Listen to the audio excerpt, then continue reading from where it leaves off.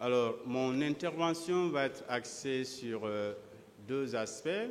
Le premier aspect traitera de l'ensemble des questions que je voudrais poser à l'accusé. Et le second aspect sera axé sur une demande. Alors, cela étant dit, Monsieur Diakité, vous êtes avec nous, s'il vous plaît? Est-ce que vous suivez, M. Diakité? Oui, maître. Merci. Alors, vous nous avez raconté des scènes horribles, effroyables, que vous avez vous-même, si vous voulez, pratiquées. Notamment, vous êtes allé dans un bureau où il y avait des généraux, vous avez cassé la porte, vous êtes rentré, vous avez pris des papiers, vous êtes allé aussi au PM3, vous avez libéré des gens qui étaient, si vous voulez, dans le cadre d'une procédure. Mais je ne vois aucun remords. Pourquoi cela, mon commandant? Pas de remords jusque-là. Pourquoi? Posez-moi la question par rapport au sujet. Répondez à cette question. Je vous ai dit à l'entendre vos droits. Vous répondez à la question. Je n'ai pas de réponse pour cette question. Merci. Le tribunal appréciera.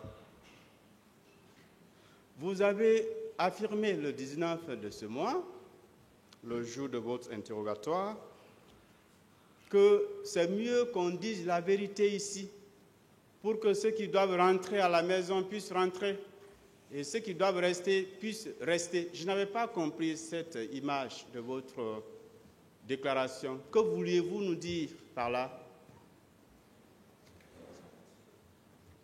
C'est pour ça que nous sommes ici.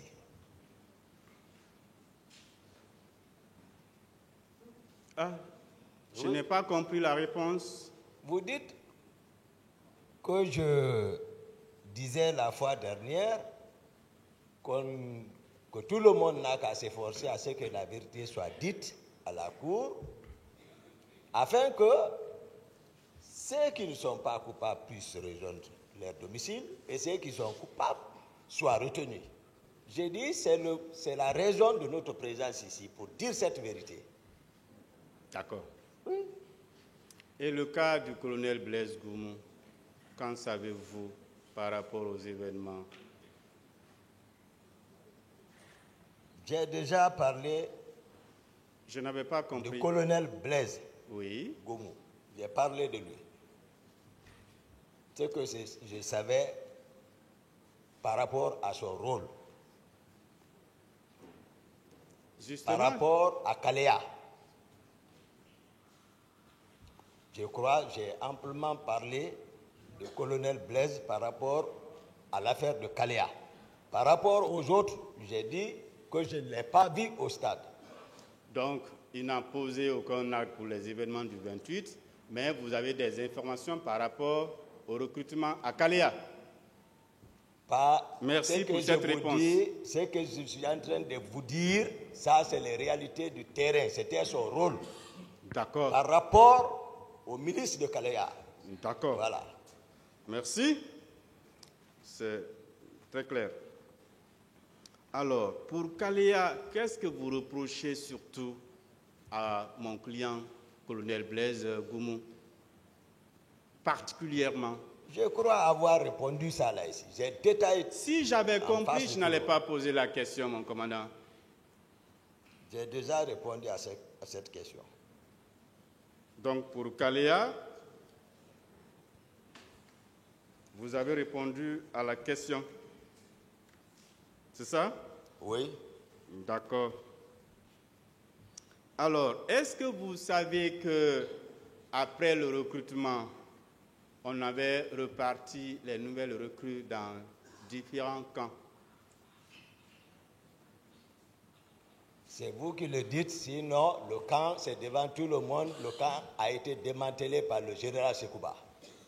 Alors, d'après nos informations, je voudrais vérifier avec vous, après le recrutement, les nouvelles recrues ont été reparties entre Kalea, ou ceux qui doivent suivre les formations pour être les commandos sont partis. Au kilomètre 66, c'était les fantassins. Et à Kissidougou, c'était la section char. Est-ce que vous confirmez ces informations? Ici, lorsqu'il était question de détailler par rapport au recrutement, j'ai parlé de 2 centres de formation. Oui. J'ai dit il y a eu une sélection par rapport à Kalea et les autres sont restés à l'école de formation de la Marine nationale 66. Ce sont ceux-ci-là qui ont été délocalisés pour envoyer au centre d'instruction de Kissidougou et d'autres se sont retrouvés à Kankan. Ceux de Kissidougou n'ont pas eu la chance et ceux de Kalea n'ont pas eu de la chance parce qu'ils ont été démantelés par le général Sekouba Konaté. Ils sont dans la nature. D'accord. C'est ceux de Kankan qui ont eu la chance et qui ont été affectés dans d'autres unités comme les eaux et forêts et d'autres. Voilà. Vous voulez nous dire que ceux qui sont partis dans ces différents camps n'ont pas été recrutés au même moment que ceux de Kalea? Même à la maison centrale, ceux de Kissidougou se sont retrouvés tout récemment là-bas parce qu'ils continuaient toujours au temps d'Alpha à réclamer leur matricule. C'est connu de tout le monde. Pourquoi Marcel s'est retrouvé ici? Lui-même, il dit qu'il a été accusé comme quoi il était en complicité avec ceux de Kalea, que c'est pour cela que le général l'a fait venir ici. J'ai dit, voilà. Vous voulez nous dire que ceux qui étaient dans les autres camps n'étaient pas recrutés au même moment que ceux de Kalea? Le recrutement s'est fait au même moment, mais croyez-moi, la sélection la sélection qui en a suivi, voilà, c'est ça. Qu'est-ce que les éléments de Kalea auraient fait alors, selon vous, dans cette affaire? Mais je vous ai parlé ici comment ils ont été utilisés. Dans quel but? J'ai parlé de coïncidence. Je n'ai jamais dit que c'était spécifiquement par rapport aux événements du 28. Mais sauf que leur déploiement à Conakry a coïncidé à cet événement et finalement, ils ont été utilisés. Bien. J'ai parlé le groupe qui est venu à la présidence. Je ne voulais pas revenir sur ça maintenant. Le groupe qui était avec les autres, les Makambo, j'ai parlé de tout ça. Ça, c'est des faits devant tout le monde. Ces éléments de Kalea seraient-ils venus à la veille alors de la marche? À la veille? Oui, je veux savoir si c'était à la veille. Non, mais je parle à la veille. Le 27? Non.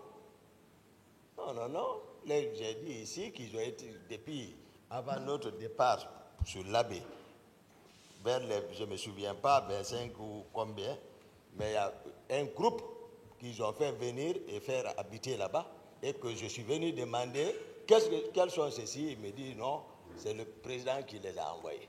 Et qui était le responsable de ce camp de Kalea? C'est le président. Il n'y avait pas un commandant du camp? C'est le président qui commandait directement, malgré ses charges. S'il vous plaît, je vais finir de formuler la question. Ok, excusez-moi. Je veux savoir, vous voulez nous dire que le président, malgré ses charges, c'est lui qui partait aménager le programme journalier, c'est lui qui coordonnait, c'est lui qui faisait nourrir, c'est lui qui entraînait, etc. C'est ce que vous voulez nous dire? C'est de ça maintenant je vous parle. Si je parle le président, parce qu'il relève d'eux. J'ai détaillé Kalea. Ici, vous étiez ici. J'ai détaillé Kalea. J'ai dit ceux qui étaient là-bas. J'ai parlé de qui? Vous voulez toujours que je revienne sur les noms? Non, le président, je ne sais pas comment vous l'appelez dans votre jargon. Dans votre jargon, c'est un commandant du camp Kalea ou quoi? Un responsable, le premier qui est là, auquel on a confié le camp. Comment vous l'appelez? Je parle. Le confrère, monsieur le président, est en train de souffler quelques réponses. Non, je vois sa bouche se remuer. S'il vous plaît. Maître Lancinet, particulièrement. Les conseils, s'il vous plaît. Les conseils, ce n'est pas ici. Vous assistez votre client. Monsieur Diakité, qui était le commandant du camp de Kaléa? C'est ce qu'il veut savoir. C'est de ça que j'ai détaillé ça ici. Qui était le commandant? Celui qui était là-bas, permanemment, je l'ai dit, c'est bienvenu là-bas. Lui, Jean Pogomou et Blaise. C'est eux qui ont été chargés de ça. Communication, liaison directe avec le président de la République. D'autres questions, maître? S'il vous plaît, vous étiez instructeur à Kaléa, non? Vous étiez instructeur. En 2008, oui. Oui. Vous avez dit que on vous a nommé là-bas au temps du feu général Lansana Conté. Normalement, si vous devez quitter, il y a quelqu'un qui vous remplace. Et ce dernier, vous allez faire la passation des documents que vous possédez. Quand vous étiez instructeur, je n'ai pas de réponse à donner à cette question. Voilà, c'est vraiment... La passation de service. Quelle passation de service doit se faire. J'ai expliqué que les recrues n'étaient plus là-bas. Les recrues dont vos collègues sont en train de faire allusion là, ça c'est les recrues du CNDD. Ils n'étaient plus là. Après vous parlez de quelle passation? Le PV de passation de service doit se faire à tout moment, quel que soit le poste que vous occupez. Parce que quand on vous fait quitter, il y a quelqu'un qui vient. Donc, il faut lui donner les documents que vous possédez. Donc, vous n'avez rien à dire à ce niveau. Si vous ne répondez pas, je n'ai plus de réponse à cette question. OK. Monsieur, mon colonel. Oui, maître. Moi, la question que je me pose, pourquoi vous êtes parti au stade de vous-même? Vous êtes parti au stade, c'est le colonel Kebro qui vous a appelé, et que vous avez quitté le stade. Est-ce que vous ne pensez pas que vous avez fui votre responsabilité? Je n'ai plus de réponse à cette question. Je l'ai largement répondu. S'il vous plaît, est-ce que dans votre serment militaire, est-ce que vous ne prêtez pas serment pour défendre la population et les biens de la population? Ou bien? Je n'ai pas de réponse à cette question. Vous n'avez pas de réponse. Donc, vous avez été au stade, Toumba est venu, vous avez quitté. Maintenant, le bilan, il y a eu des morts, il y a eu le viol, les gens ont été blessés, il y a eu le carnage. Vous pensez que, vous pensez que dans cette phase, votre responsabilité n'est pas engagée? Négatif. Négatif? Non. Alors que vous relevez d'un service, vous relevez de l'antidrogue, vous êtes parti au stade avec des pick-up, avec des éléments. On est en train, la population est abandonnée et vous quittez au lieu de les protéger. J'ai expliqué largement, maître. Socialement, militairement et professionnellement, j'ai tout expliqué. Je ne peux plus revenir sur ça. S'il vous plaît, je voulais vous poser une question par rapport à Kaléa. Lorsque le président Dadis a perdu le pouvoir et que le général Sekouba Konaté est venu, est-ce que Kaléa n'a pas été fermé? Je n'en sais rien. Vous n'en savez rien? C'est l'affaire des grands. Moi, je n'en sais rien. Je m'occupais à d'autres choses. Je ne sais pas qu'est-ce qu'il faut dire pour que vous puissiez me comprendre. Moi, je m'occupais d'autres choses. Et mieux, quand Sekouba est venu, ça n'a même pas tardé, on a disloqué notre service. Je me suis retrouvé à Koubia. J'étais plus maintenant à Conakry ici. D'accord. Après Koubia, j'ai bénéficié d'une bourse pour Botswana. C'est là-bas où je suis resté, même où il y a eu les élections présidentielles qui sont passées derrière moi. Mon colonel, concernant le maintien d'ordre, vous avez dit solennellement que vous n'êtes pas chargé du maintien d'ordre. Et dans votre procès verbal d'interrogatoire, vous dites que vous n'avez rien à voir au SAD parce que vous n'avez pas d'armes, vous n'avez pas de bâton de protection, vous n'avez pas de gaz lacrymogène. Maintenant, pourquoi vous êtes parti au stade alors? Une autre question. Merci, Monsieur le Président. Ok. Mon colonel, M. Toumba a affirmé ici, a déclaré ici, à cette barre, que le recrutement de Kaléa était fait pour la protection du pouvoir de Dadis. Parce que, à la prise du pouvoir, toutes les unités se sont retrouvées à la présidence et que le pouvoir n'était pas acquis à 100%. Qu'est-ce que vous en dites? Moi, je n'ai rien à dire par rapport à ça. Vous n'avez rien à dire? Non. Je n'étais pas membre du CNDD, donc tout ce qui concerne le CNDD, je n'ai rien à dire là-dedans. Ok. Blaise Goumou. Maître. Vous avez... Monsieur Blaise Goumou, au moins. Vous avez affirmé ici que vous avez été au stade. Vous n'avez pas d'armes. Maintenant, quand je vous ai posé la question concernant votre détention, vous avez dit que vous avez un PMAK. Est-ce que vous n'êtes pas parti au stade avec ce PMAK? Vous pouvez aller au stade sans armes? Vous pouvez demander. Nous, on a fait une demande personnelle. Hein. Quand on a... Attendez, laissez-moi vous expliquer. Quand on a... Non, on n'est pas parti avec PMAK, Monsieur le Président. Quand on a été nommé procureur, demandez les autres procureurs, ils adorent. On a demandé à ce que nous disposions des armes pour notre propre sécurité. Parce que je peux quitter Conakry pour me rendre à l'Abbé. La nuit peut me trouver en cours de route. Je peux tomber en panne. Mais moyens de défense, là, quand même.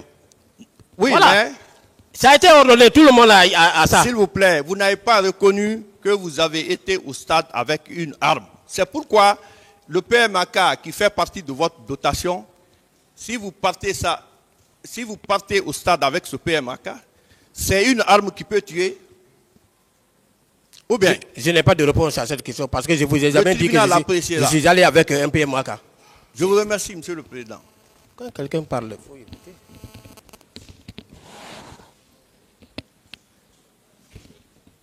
Monsieur Blaise Goumou. Oui, maître. Vous allez bien? Je vais très bien, maître. Habituellement, est-ce que vous vous promenez habituellement avec colonel Thiebro avant le 28 septembre? Me promener? Si vous étiez souvent ensemble. Au service? Oui. Oui. Quand vous êtes en service, en mission? Non, lui n'a jamais fait une mission avec moi comme ça. Non. En dehors du camp, est-ce que vous vous retrouviez souvent ensemble? Non. Vous ne vous Maître, après le camp, à la maison, on ne se promenait pas. Hein? Et moi-même, je ne me promène pas comme ça là. Vous pouvez demander. Moi, après le service, je vais auprès de mes enfants. Une autre question. Est-ce que vous êtes un proche du colonel Thiebro? Je n'ai pas de réponse à cette question. J'ai largement répondu à ça.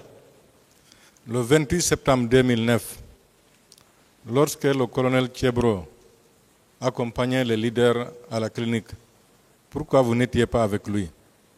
On n'avait pas les mêmes missions. Moi, j'ai décliné ma mission. J'ai tout expliqué ici. Je ne peux plus revenir sur ça. Est-ce que, entre autres, ce n'était pas parce que vous devriez coordonner les milices que vous êtes resté au stade? Je n'ai pas eu connaissance de milice. Je ne connais pas ce que vous appelez milice ici. Est-ce que vous n'aviez pas une mission parallèle à celle des services spéciaux au séjour? Non. À l'insu du colonel Thiebro? Non. On va récapituler. Dans le box des accusés, il y a eu au moins 3 groupes de militaires et des gendarmes qui étaient au stade, n'est-ce pas? J'ai tout expliqué. Oui. J'ai expliqué, je ne peux plus revenir. J'ai expliqué largement, maître. J'ai dit qu'on récapitule. M. Aboubacar Diakité était au stade avec ses hommes, n'est-ce pas? J'ai tout expliqué. Colonel Thiebro également. J'ai tout avec expliqué. ses hommes. J'ai tout expliqué. Curieusement, vous dites que vous n'étiez pas avec colonel Thiebro. Mais vous étiez, n'est-ce pas, avec vos hommes, vous aussi? J'ai expliqué tout. Entre vous, les militaires, les béréros si vous voulez, les gendarmes et les civils, qui est censé porter une arme? Je n'ai pas de réponse à cette question. D'accord. Pendant les événements du 28 septembre, il y a eu combien de bérets rouges qui ont été tués ou violentés? Je ne saurais vous le dire. Combien de gendarmes? Je ne saurais vous le dire. Y a-t-il eu, oui ou non, des civils morts, violentés et violés? Aucun civil n'a été tué à ma présence, ni violenté, ni violé. Mais il y en a eu au stade le 28 septembre. Non, c'est mais là que vous êtes là. Ça ne s'est pas passé à ma présence, donc je ne peux confirmer. D'accord. S'il y en a eu, est-ce que ce n'est pas les groupes, entre autres les 3 groupes qui étaient au stade, qui ont fait ça? Je n'ai pas de réponse. Vous n'avez pas de réponse? Non. Vous étiez au stade, M. Blaise Goumou, avec des hommes dans 3 pick-up. Vous dites que personne ne vous a envoyé. Vous dites? Vous étiez au stade le 28 septembre 2009. Je n'ai pas nié. Avec un groupe de 3 pick-up. Vous dites que personne ne vous a envoyé. Vous êtes parti donc de vous-même. J'ai largement expliqué. Je ne peux plus revenir sur ça.